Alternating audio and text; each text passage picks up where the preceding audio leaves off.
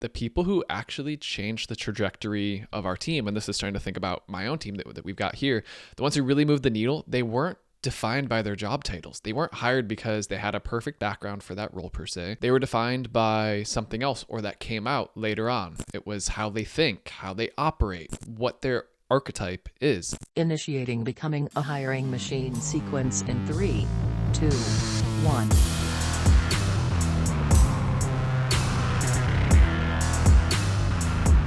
A few weeks ago, Matt asked me a question that I couldn't answer. He said if there was one hire that could really move the needle for us in 2026, what would it be? At first, I did what anyone would do. I ran through our org chart. I looked at the gaps. I thought, hey, we could use a better data person here. We might need some help with customer marketing over there. The normal things that you do as a recruiter or a hiring manager. Each role made sense. Each one would help. Each role would be additive. But then I spent more time just thinking about this question. It was gnawing at me. I knew there was something more to it.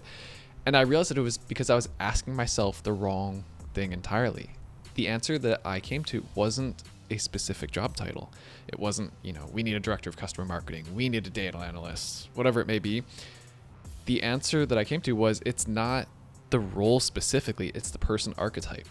That's what we're looking for. And that's what I want to talk to you about today, because I think this changes how a lot of us really should be thinking about sourcing, screening, hiring candidates, whether we're on agencies or in-house. So most conversations with hiring start the same way. Hey, we need a director of X. We need a manager of Y. We need an analyst to do Z.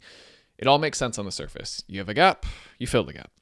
But here's what I started to notice is that the people who actually changed the trajectory of our team, and this is trying to think about my own team that we've got here, the ones who really moved the needle, they weren't defined by their job titles. They weren't hired because they had a perfect background for that role per se. They were defined by something else or that came out later on. It was how they think, how they operate, what their archetype is. And so that's when I realized if I'm looking for one hire that really moves the needle for us, I need to stop thinking about those roles specifically and start thinking about the people. And so I want to get into what that aha moment was for me and what that archetype formula comes out to be. So there's a framework that's popular on the internet. It's called the 5 levels of employee agency. It's a pyramid. I'm sure you can see, if you search for that, you'll come up across it. But it changed how I understand what separates a good operator from the people who actually multiply organizational output. I think about once a quarter or a couple times a year, Matt always floats this up in our internal Slack channel to remind the team, and it's always top of mind for us. But here's how it starts to break down is there's different levels of the person. So level 1, they come and say, hey, there's a problem. End case. Level 2, hey, there's a problem and I've found some causes for it. Level 3, here's the problem, here are some possible causes, and here are some possible solutions. Most people usually live in these 2 levels, level 2, level 3. They surface the problems, they understand the symptoms, they sometimes offer ideas, but ultimately they need some direction on what to do next. This is where they go to their manager or another leader to help them. They come to you with problems, their work is halted until you can ultimately tell them what to do. But then you go on to level 4 and level 5, and ultimately what level 5 looks like is, hey, I've identified a problem. I figured out what I think caused it. I researched how to fix it, and I fixed it. Just wanted to keep you in the loop.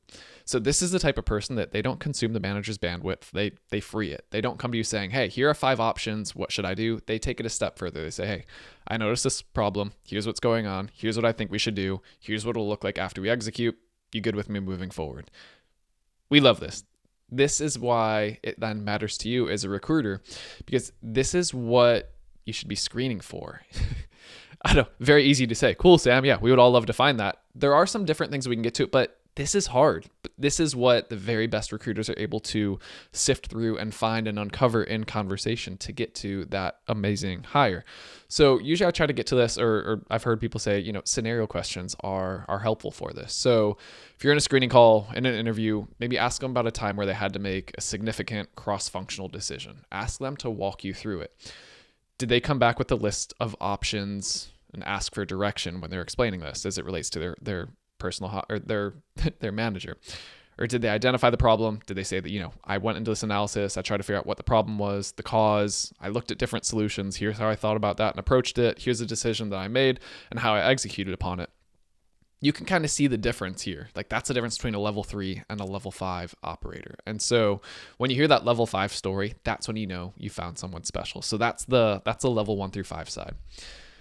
A second framework that I like to layer on top of this is one that goes hand in hand with Paul Stanczyk. He's been on the podcast a couple times. We talked about it. It was how to hire a simplifier versus a complicator.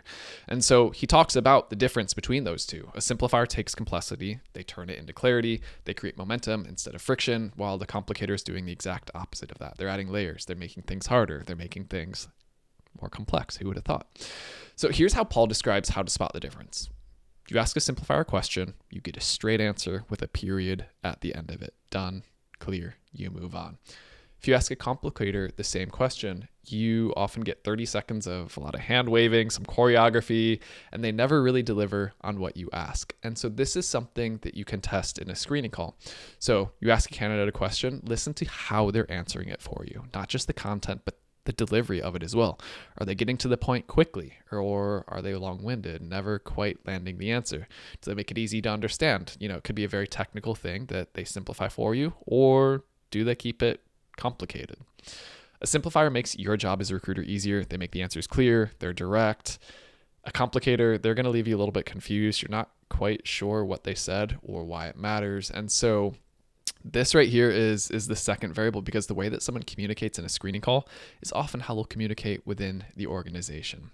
And so this brings me around to the aha. What I'm describing, what we ultimately seek is a level 5 simplifier. So it's a combination of that first framework, the second framework.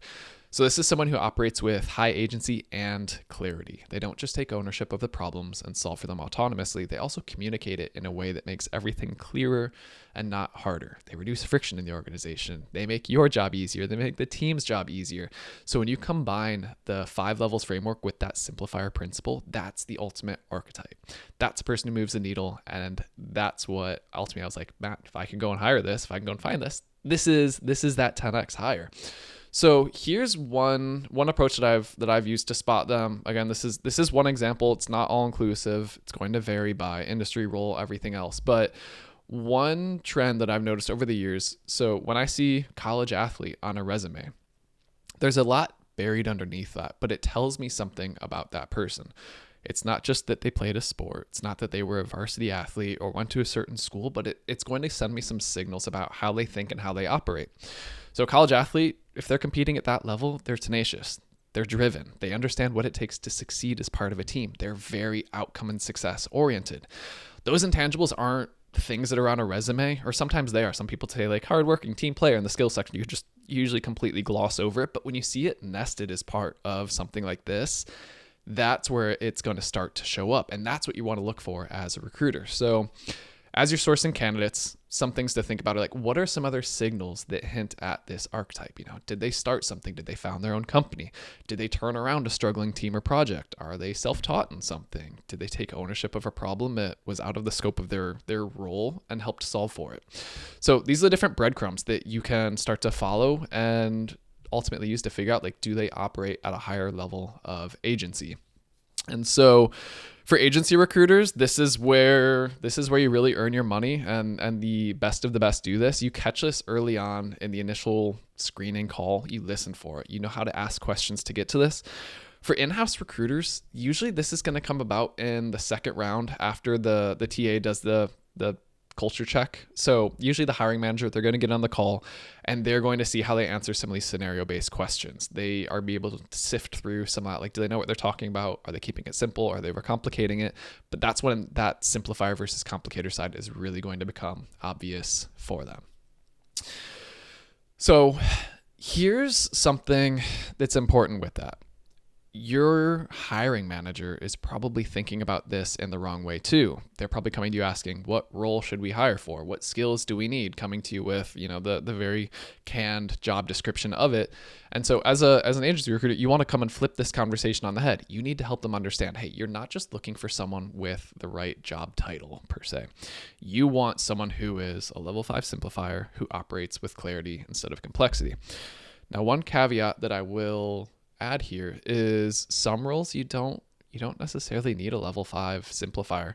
If it's a very point and shoot role, hey, I just need someone to do customer support tickets. I need someone to stand on this manufacturing line, screw this piece to that piece. A level 2 person, a level 3, that's completely fine. That's okay. So that's one thing I do want to add. Not every hire needs to be a level 5 simplifier. This is usually for, the different roles where this is going to be a true impact player. So when you do go through this, you want to show them the framework. You want to tell them, when this person comes in, here's what you're going to see. You'll ask them a scenario question. And instead of giving you 5 options and asking what to do, they'll tell you the problem, the root cause, the solution they think is right, and how it'll look, how they'll approach execution with that. So give them this type of language, give them the clarity on what they're actually evaluating for, and help them understand this.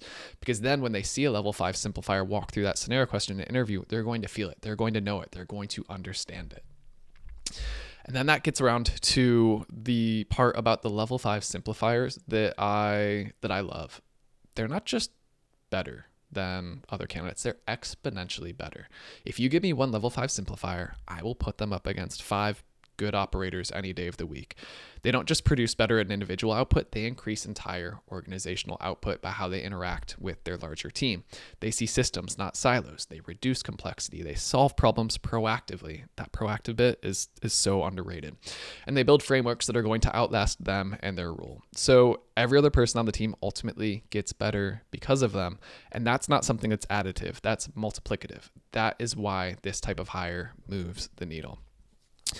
I'm a big fan of David Senra, Founders Podcast, his newer podcast, David Senra Podcast, named after himself. And he recently spoke with Brad Jacobs on there. So Brad Jacobs is the CEO of $8 billion companies, not one $8 billion company. He's founded $8 billion companies. Absolutely crazy stuff.